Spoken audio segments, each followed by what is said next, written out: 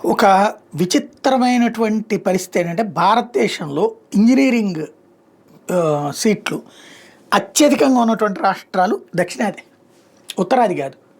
మూడు రాష్ట్రాల చేతుల్లో దేశంలోని ఇంజనీరింగ్ సీట్లు 40% ఉన్నాయంటే అర్థం చేసుకోవాలి. తమిళనాడులో 3,08,686 సీట్లు ఉన్నాయి.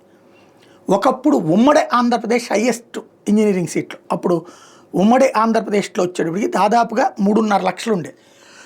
రాష్ట్రం విడిపోయాక కూడా ఆంధ్రప్రదేశ్ నెంబర్ 1 1,83,532 సీట్లు ఉన్నాయి.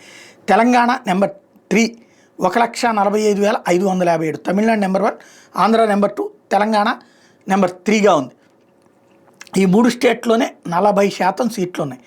టోటల్గా ఇంజనీరింగ్ సీట్స్ ఇండియా ఓవరాల్గా ఇన్స్టిట్యూషన్స్ 25 నాటికి 14,90,000 సీట్లు అయితే 14,90,000లో ఈ 4 ఈ 3 40% ఉండటం అన్నది ఒకటి కీలకమైతే దీనివలన మన వాళ్ళకి దేశ విదేశాల్లో ఉద్యోగాలు దొరుకుతున్నాయి. At the same time BTech అంటే చివరికి 10th క్లాస్ లాగా తయారైపోయి చదువు పూర్తయ్యాక ఏం చేయాలో అర్థం కాక వాచ్మెన్లుగా, డ్రైవర్లుగా, ఇతరత్ర పనులు చేస్తున్న వాళ్ళ సంఖ్య కూడా ఆ కోర్స్ చేసి సామాన్య జీవితాలు మామూలు డిగ్రీలాగా బ్రతుకుతున్న వాళ్ళు బోల్డ్ అంతమంది ఉన్నారు.